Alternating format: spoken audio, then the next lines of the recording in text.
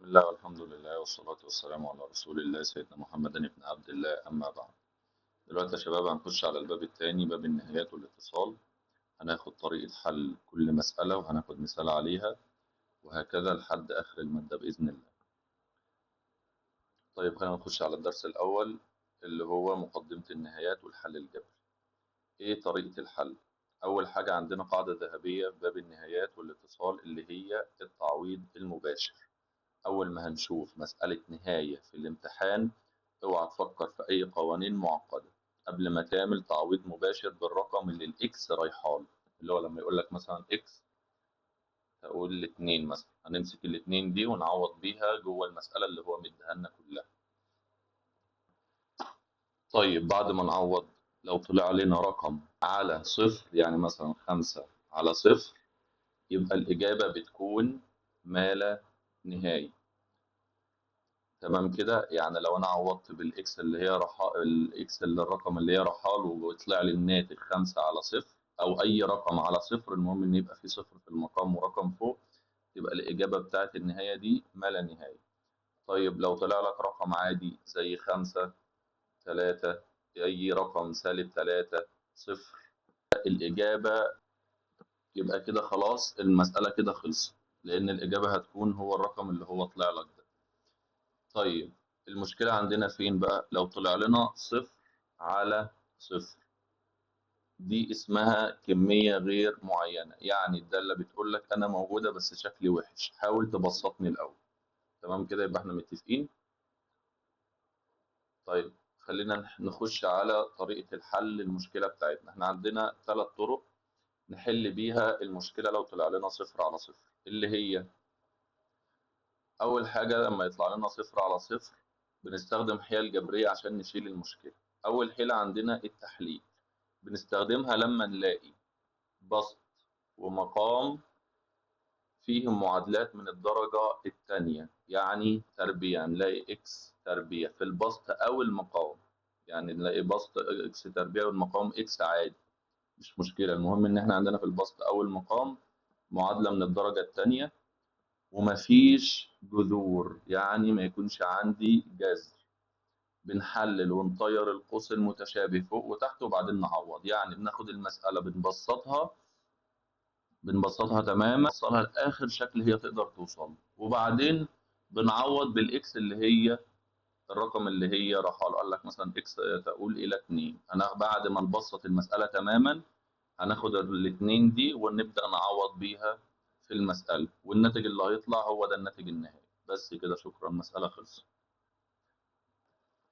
طيب نخش على الحل اللي بعده. للمعلومية يعني أنا كنت بشرح أمثلة للنهايات دي ال3 طرق في نهاية الباب، في نهاية الفيديو بتاع حل البنك الأسئلة، كنت شارح على كل طريقة فيه. طيب الطريقة التانية الضرب في المرافق، ركزوا قوي على الضرب في المرافق. بنستخدمها إمتى؟ أول ما عينك تلمح جذر تربيع في البسط أو المقام، عندك هنا جذر أو في البسط جذر أيا كان، دي بتبقى الطريقة التانية اللي هي الضرب في المرافق. طيب هو ايه اصلا المرافق؟ المرافق هو نفس القوس بتاع الجذر بس بنعكس الاشارة اللي في النص. بمعنى عندي مثلا في البسط بيقول لك ايه؟ جذر x ناقص 2 على ناقص 4. هنا هنبص هيقول لك ايه؟ عندما x تقترب من الأربعة، x تقترب من الأربعة. طيب انا عندي هنا في البسط عندي هنا جذر، دي مسألة نهايات، عندي هنا جذر، دماغي هتروح اوتوماتيك لايه؟ بالظبط الضرب في المرافق.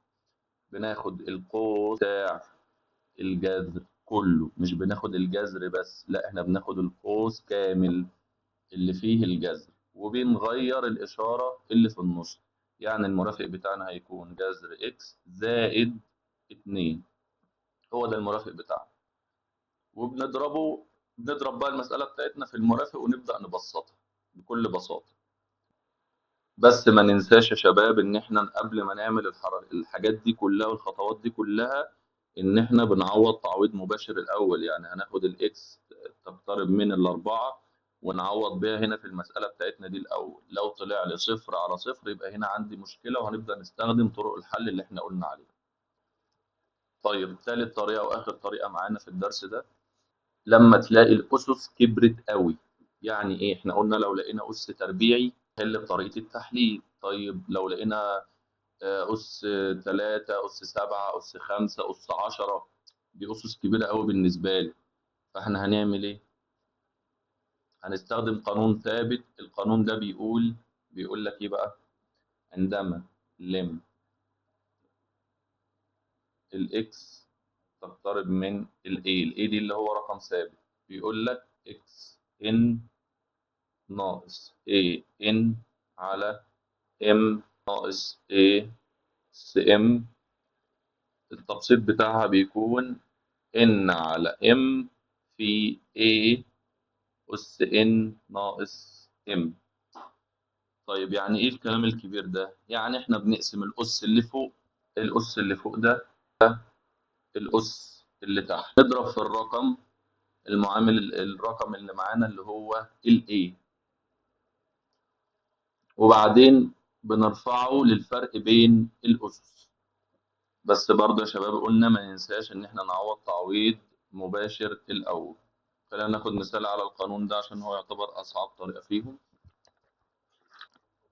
بيقول لك إيه؟ find lim عندما الإكس تقترب من -2 ل إكس أس 5 زائد 32 على أس 3 زائد 8. القانون بيقول لازم المسألة تكون على شكل حاجة أس إن ناقص حاجة أس إن مقسوم على حاجة أس إم ناقص حاجة أس إم، يعني اللي هو شكل القانون اللي فات. يبقى احنا عايزين نخلي شكل المسألة الجميلة بتاعتنا دي على شكل الإشارة. عفوا، نخلي شكل المسألة الجميلة بتاعتنا دي على شكل القانون بتاعنا. طب أنا على أي أساس حددت إن إحنا أصلا هنستخدم القانون؟ لأن أنا لقيت عندي هنا أس كبير اللي هو أس 5 وهنا أس 3، فأنا أوتوماتيك ترجمت إن إحنا هنستخدم الطريقة الثالثة. طيب عشان نخلي شكل المسألة زي القانون بتاعنا، هنخلي الإشارة اللي في النص لازم تكون سالبة لأن القانون بتاعنا سالب. ارجع لورا واكتب القوانين واكتب كل خطوة أنا بقولها في طريقة حل أي مسألة يا شباب بعد إذنكم. طيب مسألتنا فيها موجب اللي هي إكس زائد 5، اللي هي إكس زائد إكس أس 5 زائد 32. هنعمل فيها إيه؟ التركاية هنا هنحول الموجب لسالبين مضروبين في بعض عشان نظبط شكل القانون. طيب خلينا نبدأ نحل في خطوات المسألة. هنبدأ نعوض تعويض مباشر في المسألة. هيوصل عندنا إن هنعوض، هنقسم المسألة عشان ما تتلخبطش. هتاخد البسط لوحده وتعوض فيه ب-2، وهتاخد المقام وتعوض فيه ب-2. المهم إن هي في الآخر هتطلع لك صفر على صفر عشان ضيق الوقت. بعد كده تاني خطوة هنعمل إيه؟ هنظبط الإشارات عشان تناسب القانون. إحنا عارفين إن ال 32 دي، ال 32 هي 2 أس 5، يعني 2 أس 5 هي بتساوي 32. طيب عشان نخلي الإشارة اللي في النص سالبة قلنا هنكتبها إزاي؟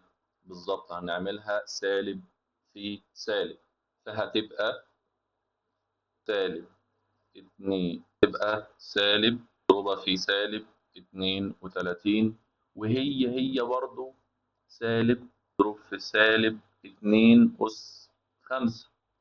طيب بعد كده نخش على اللي تحت. ال8 دي عبارة عن إيه؟ بالظبط ال8 هي بتساوي 2 أس 3. طيب هنعمل برضو فيها في نفس حوار الإشارة اللي هي سالب مضروب في سالب 8، أو هي برضو سالب مضروب في سالب 2 أس 3. طيب كده احنا بسطنا الأرقام اللي عندنا، فهيبقى شكل الليمت بتاعنا إيه؟ لم أس 5 ناقص 2 أس 5 على أس 3 ناقص 2 أس 3. ده كده بقى شكل اللم بتاعنا. طيب دلوقتي بقى الشكل ده هنبدأ نطبق عليه القانون. شكل القانون اللي في الآخر n على m في a أس n ناقص m. هنبدأ ناخد المعاملات. عندنا هنا ال n هتساوي 5 اللي هي الأسس دي بتاع البسط، وال m هتساوي 3 اللي هي الأسس بتاعة المقام، وال a هتساوي -2.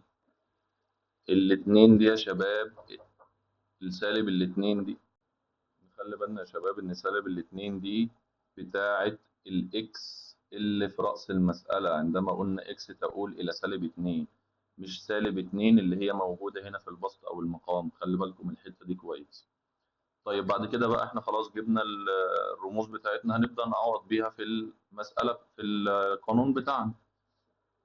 فهيبقى عندنا 5 على 3 مضروبة في -2 أس 5 ناقص 3، هتدينا 5 على 3 مضروبة في -2 تربيع. يبقى الشكل النهائي هيكون 5 على 3 مضروبة في 4، يبقى هتساوي 20 على 3. وبكده نكون خلصنا الدرس ده. خلينا نخش على الدرس. لا عفوا، احنا دلوقتي عندنا فكرة كمان في الدرس ده، النهايات عند الما لا نهاية. النهايات عند الما لا نهاية لما الاكس تقترب من الما لا نهاية في دالة كسرية. احنا مش بنعوض ونتعب نفسنا، احنا بنعمل تحدي بين اكبر اس في البسط واكبر اس في المقام. بمعنى، خلينا ناخد مثال عشان نطبق عليه سريعا. بيقول لك find lim عندما x تقترب من ما لا نهاية. يبقى أول شرط عندنا اتحقق إن الإكس تقترب لما لا نهاية في إيه؟ في دالة كسرية. الدالة بتقول لك 3 إكس تربيع زائد 5 على 2 إكس تربيع ناقص 1. تمام كده زي الفل. يبقى إحنا أول حاجة عندنا درس النهايات. بيقول لك إكس تقترب من ما لا نهاية، دي أول شرط اتحقق فين؟ في دالة كسرية بالظبط كده. يبقى هنعمل ايه؟ هنعمل مقارنة بين الأسس اللي في البسط والمقام. لو لقيت الأس اللي فوق أكبر يبقى الإجابة ما لا نهاية. يعني لو لقيت الأس اللي في البسط أكبر من الأس اللي في المقام بتبقى الإجابة إيه؟ بالظبط ما لا نهاية. طيب لو لقيت الأس اللي في المقام أكبر من الأس اللي في البسط تبقى الإجابة 0. طيب لو لقيت الأسين قد بعض زي المثال بتاعنا ده يبقى معامل البسط على معامل المقام، بس بكل بساطة. يبقى هنحل المسألة. احنا بصينا هنا دي مسألة اكس تقترب لما لا نهاية، وبعدين لقيناها مسألة كسرية. يبقى بالظبط هنحل بالثلاث قوانين بتوعنا دول، هنقارن بين الأسس ونشوف. لقينا هنا عندنا أس البسط زي أس المقام، أنت بتاخد درجة أعلى أس موجود في البسط أو المقام. تمام. فالمهم لقيناهم كده، فقلنا لما نلاقيهم متساويين هنعمل إيه؟ معامل البسط على معامل المقام. طيب معامل البسط عندي اللي هو إكس، بناخد معامل أكبر أس اللي هو إكس تربيع، هيبقى 3. ليه التلاتة؟ المعامل ده يا شباب الرقم اللي قبل الرمز بتاعنا، الرقم اللي قبل الرمز بتاعنا. طيب لو الرمز بتاعنا مكتوب اكس كده مفيش قدامه حاجة، يبقى المعامل بتاعه ايه؟ بالظبط 1. طيب يبقى معامل البسط 3 ومعامل المقام هيكون 2. وقلنا القانون بتاعنا معامل البسط على معامل المقام يبقى 3 على 2. وطبعا اكتب له القانون، ما تديلوش الإجابة كده على طول عشان تفهموا إن أنت فاهم. نخش على الدرس اللي بعده. اللي هو النهايات المثلثية. عندنا 3 قوانين لازم نحفظهم زي اسمنا. أول قانون بيقول لك لم، ده قانون الساين، ساين AX على البي يساوي A على B. القانون الثالث تاني لم تان AX على BX بيساوي A على B. القانون الثالث بيقول لك لم 1 ناقص كوزاين X على X ده بيساوي الزيرو. دي القوانين بتاعتنا هي يا شباب. طيب خلينا نخش على طريقة الحل. أول حاجة احنا قلنا هنعمل إيه؟ بالظبط كده، هنعمل تعويض مباشر، دايما ابدأ بيه. طيب لو لقينا عندنا الشكل ده ساين زيرو بتساوي زيرو وتان زيرو بيساوي زيرو. طيب الكوزاين دايما هي ماشية بمبدأ خالف تعرف، حرفيا هي مختلفة في كل حاجة دايما عن الساين والتان. كوزاين زيرو هتساوي ايه؟ 1. تاني حاجة في طريقة الحل اللي هي صناعة القانون. يعني ايه؟ هدفنا هنخلي اللي تحت الساين او التان هو نفس الزاوية اللي جواه. هنشرح دلوقتي يعني ايه الكلام ده. ولو الزاوية مضروبة في رقم هنقسم على الرقم واضرب فيه. هنشرح برضو يعني ايه الكلام ده. طيب تالت حاجة التوزيع. لو عندك كذا دالة في البسط وزع المقام عليه. طيب خلينا دلوقتي ناخد مثال سريع. بيقول لك ايه؟ عندما اكس تقترب من الزيرو عايز تان في سي اكس الاكس. اول حاجة هنعملها ان احنا هنعوض بصفر التان. اول حاجة ان احنا هنعوض بالاكس، بالرقم اللي اكس تقترب اليه اللي هو الزيرو. تان زيرو اللي احنا خدناها قلنا تان زيرو بتساوي ايه؟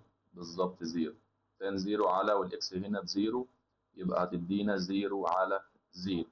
يبقى احنا كده عندنا مشكلة، يبقى التعويض المباشر ما نفعش معانا. فهنعمل ايه؟ هنطبق النظرية بتاعتنا اللي هو القاعدة اللي احنا لسه قايلينها في التان اللي احنا لسه قايلينها في أول الدرس، اللي هي تان اي اكس على بي اكس بتساوي اي على بي. الاي هو المعامل العلوي والبي هو المعامل السفلي بتاع المقام. يبقى المعامل العلوي اللي هو عندنا هنا السي، والمعامل السفلي اللي هو هنا قلنا ايه بالظبط؟ 1. يبقى هنكتب له طبعا القانون ونقول له اللي هي A على B هتساوي المعامل العلوي عندنا السي، المعامل السفلي 1. يبقى الإجابة هتساوي C.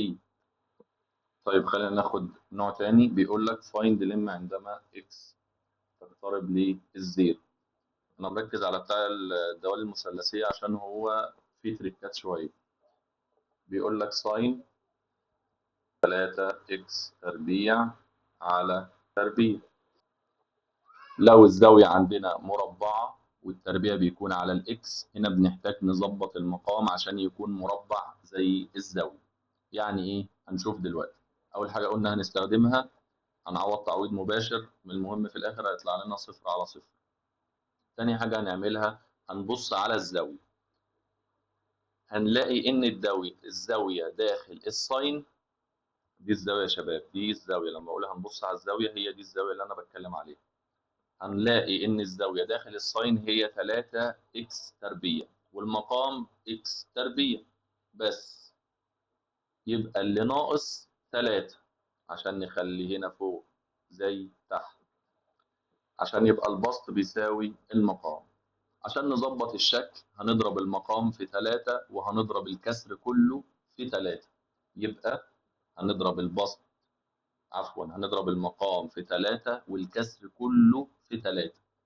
يبقى هيطلع لنا لم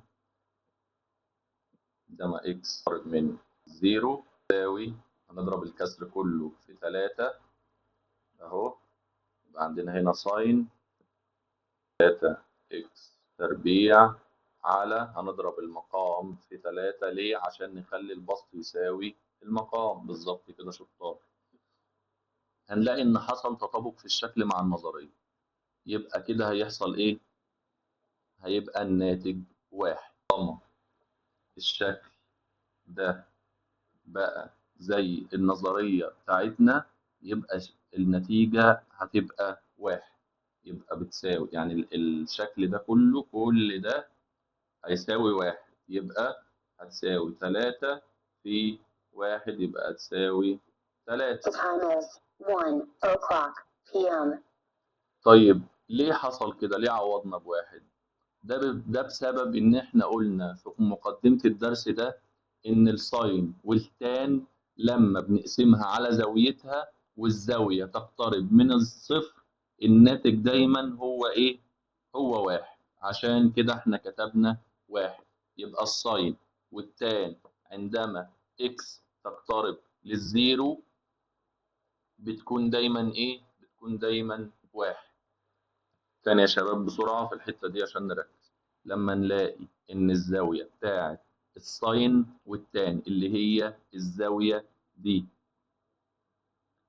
لما بنلاقي الزاوية بتاعتهم مقسومة على نفس الزاوية، لما بنلاقي الزاوية مقسومة على نفس الزاوية الناتج بيكون بتاع المعادلة دي كلها إيه؟ بالظبط بيكون 1 بتاع الساين والتان. طيب خلينا نخش على الفكرة اللي بعدها. لو التربيع بقى على الدالة نفسها، الفكرة اللي فاتت كان لو التربيع على الإكس، إنما دلوقتي لو التربيع على الدالة نفسها. يعني بيقول لك إيه؟ ساين تربيع. بيقول لك إيه؟ فايند لم. هنا لازم نفك الدالة حتتين.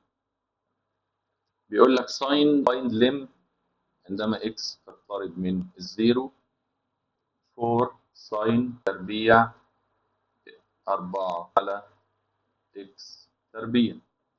هنعوض تعويض مباشر هيطلع لنا 0 على 0. احنا قلنا لو التربيع على الداله نفسها هنعمل ايه؟ هنفك الداله لحتتين. بمعنى ساين تربيع 4 اكس، ساين تربيع 4 اكس هنفكها ل ساين 4 اكس مضروبه في ساين 4 اكس. بس يبقى احنا كده فكيناها لحتتين، وبكده هنقدر نقسم الكسر دي اللي احنا كنا قلناها في خطوات الحل وقلت لكم هتشوفوها قدام. يبقى الشكل بتاعنا ساين 4 اكس على المقام برضه هنقسمه، هنخليه اكس مضروبة في نفس الشكل ده ساين 4 اكس على اكس.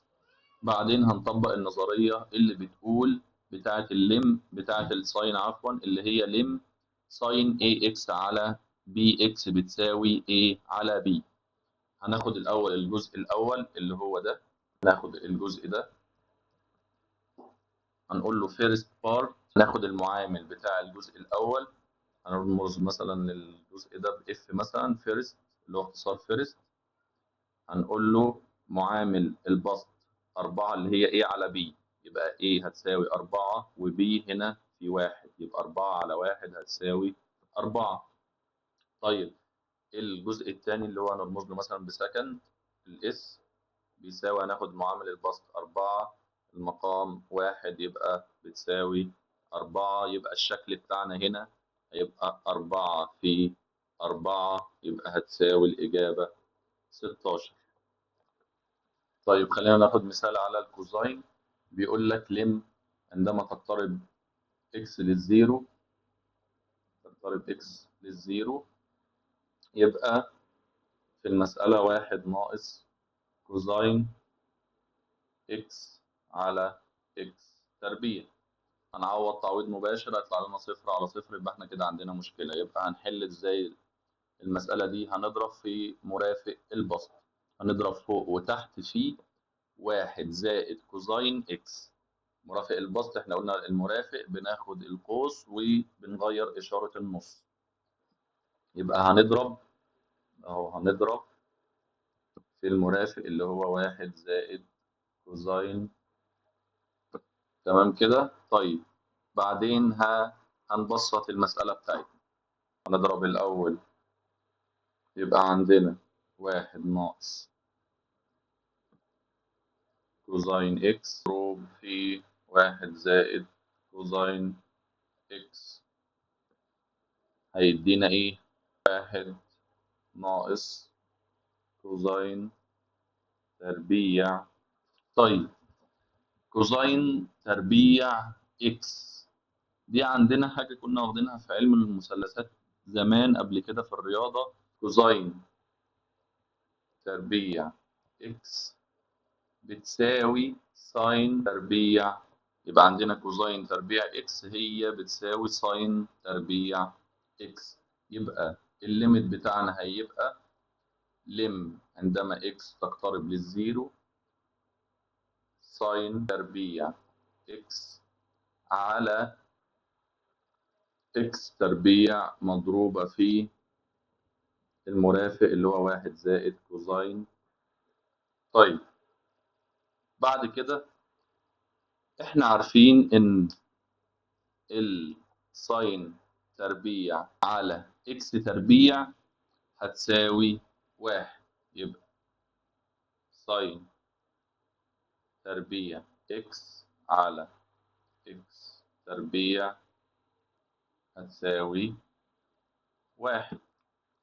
يبقى احنا اللي هيتبقى لنا ايه بالظبط كده شطار؟ 1 على 1 زائد كوزين.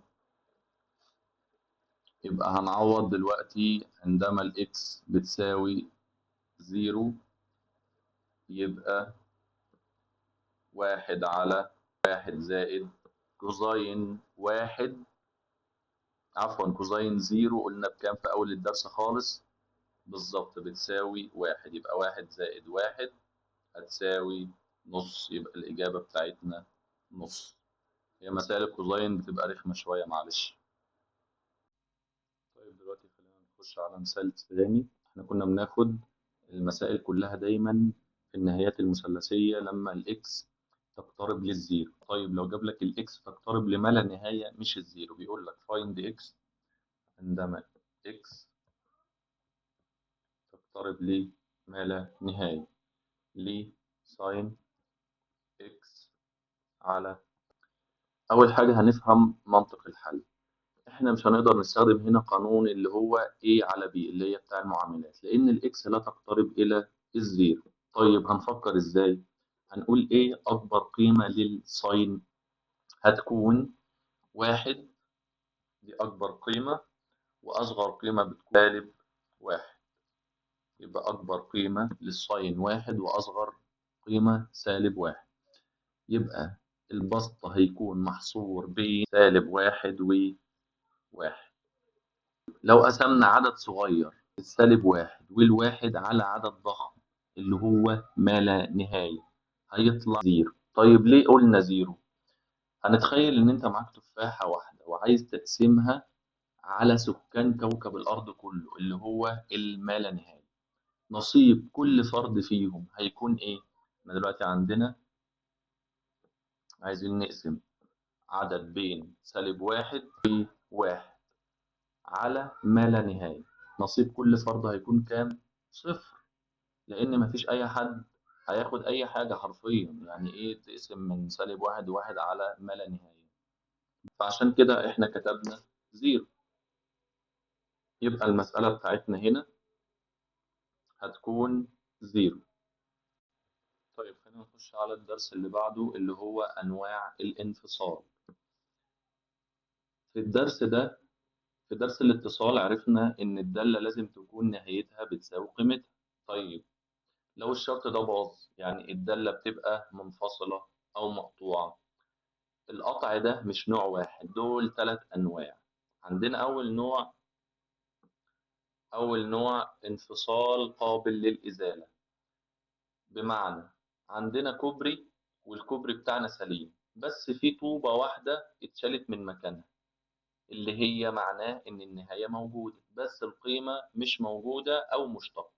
طيب هنفهم الكلام ده بمثال.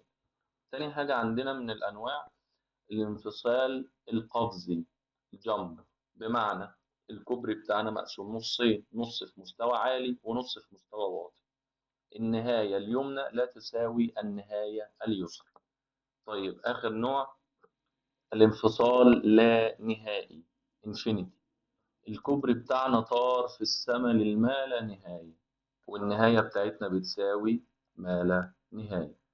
طيب خلينا نفهم أكتر، هناخد خطوات الحل. أول حاجة هنجيب النهاية اليمنى، أول حاجة هنجيب النهاية اليمنى اللي هي لم x تقترب ل a بلس، هنجيب النهاية اليمنى. تاني خطوة هنجيب النهاية اليسرى اللي هي لم x تقترب ل a ماينس. بعدين تالت حاجة هنعمل ايه؟ بينهم ببعض، لو بيساووا بعض بس ما بيساووش ال FA، لو هما اليمين بتساوي الشمال، لو هما الاتنين بيساووا بعض بس لا يساووا ال FA، يبقى دي ايه؟ قابل للإزالة. طيب لو الاتنين ما بيساووش بعض بس هما الاتنين أرقام عادية، يعني أرقام 1 2 10 مليون أيا كان، يبقى ده نوع قفزي. طيب لو واحدة فيهم أو الاتنين بموجب أو سالب ما لا نهاية، لو واحدة فيهم أو الاتنين بموجب أو سالب ما لا نهاية، يبقى نوعها إيه؟ لا نهاية. طيب خلينا نخش على مثال. بيقول لك إيه؟ determine the type of، بيقول لك حدد نوع الانفصال بتاعنا ده للدالة f تساوي x تربيع ناقص 9 على x ناقص 3 عندما x بتساوي 3. طيب أول خطوة قلنا هنعمل إيه؟ هنعمل تعويض مباشر. لما نعمل التعويض المباشر هنعوض ب3 مكان القيم بتاعت x، هتطلع لنا عشان اختصارا للوقت 0 على 0. يبقى احنا كده عندنا مشكلة، يعني الدالة دي ملهاش وجود أو قيمة عند النقطة دي، يعني الكوبري بتاعنا فيه طوبة ناقصة. طيب خلينا نخش على الخطوة الثانية، اختبار النهاية. هنجيب النهاية لما x تقترب للتلاتة زي ما اتعلمنا في الباب الثاني. هنعمل ايه؟ قلنا في الباب الثاني لما نلاقي النهاية بيقول لك اللي هو لم تقترب لم عندما x تقترب للتلاتة،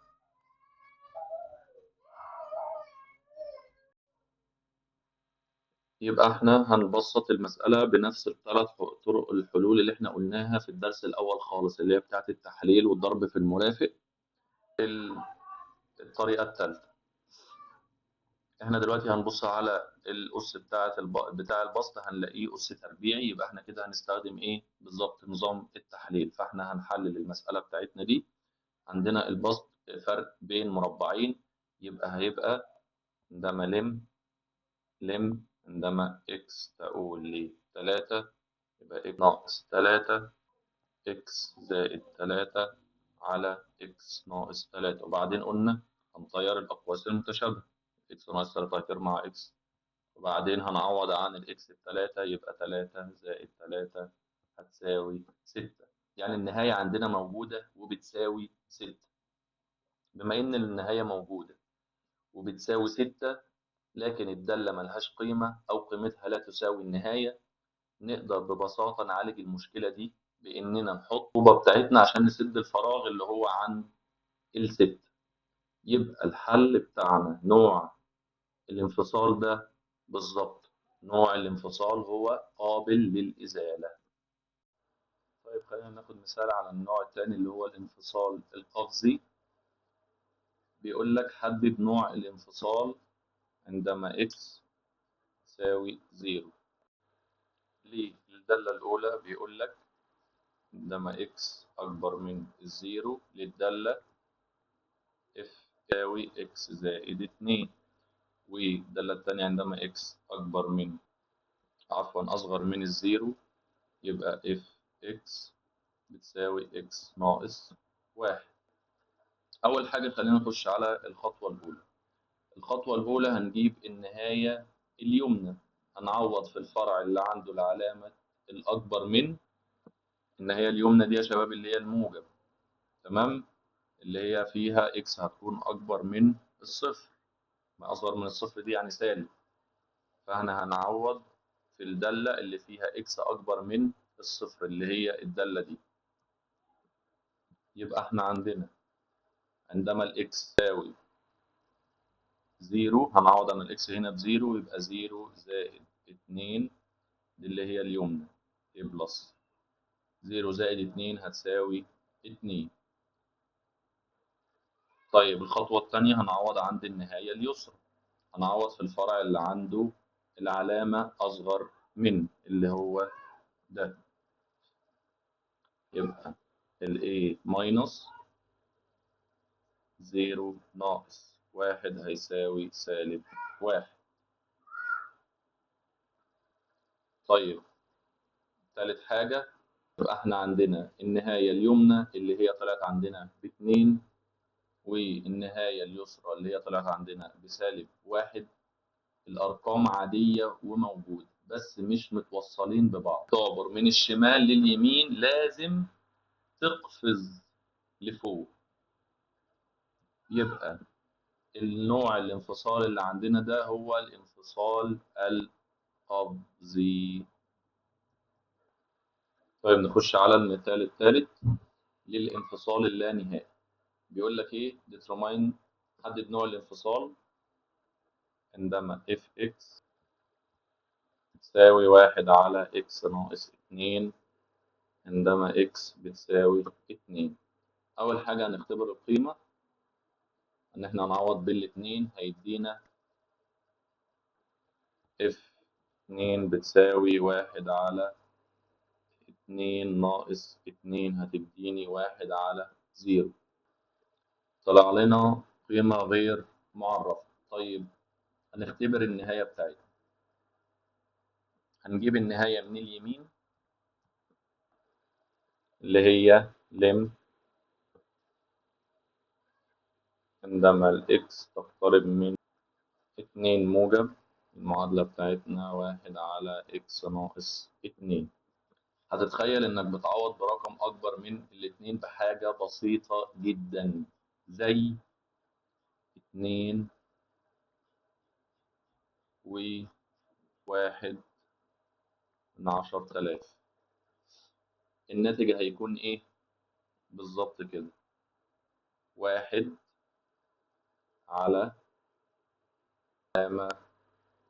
1 من 10,000، يعني رقم موجب عملاق جدا اللي هو موجب ما لا نهاية. ولو عوضت من الشمال برقم زي 1 و3 تسعات بعد العلامة هيطلع سالب ما لا نهاية. يعني لو عوضت من الشمال برقم زي 1 علامة 4 تسعات هيديني سالب ما لا نهاية. طيب خلاصة الكلام ده إيه؟ طالما النهاية هربت منك للما لا نهاية سواء موجب أو سالب، إذا المنحنى طار في السماء ومفيش أمل نوصله ببعض. ودايما النوع ده بيحصل عند الخطوط التقاربية الرأسية. يبقى نوع الانفصال ده نوع إيه؟ بالظبط كده لا نهائي. لا نهائي. دلوقتي يا شباب هنخش على الدرس الرابع والأخير في باب النهايات.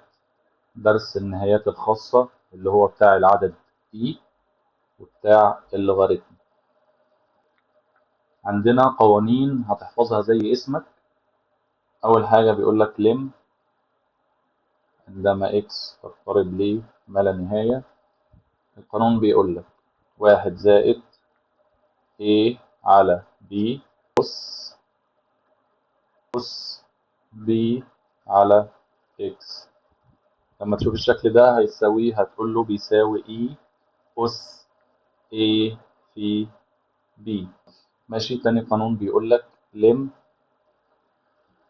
عندما x تقترب من 0 بيقول لك 1 زائد A الكل أس B على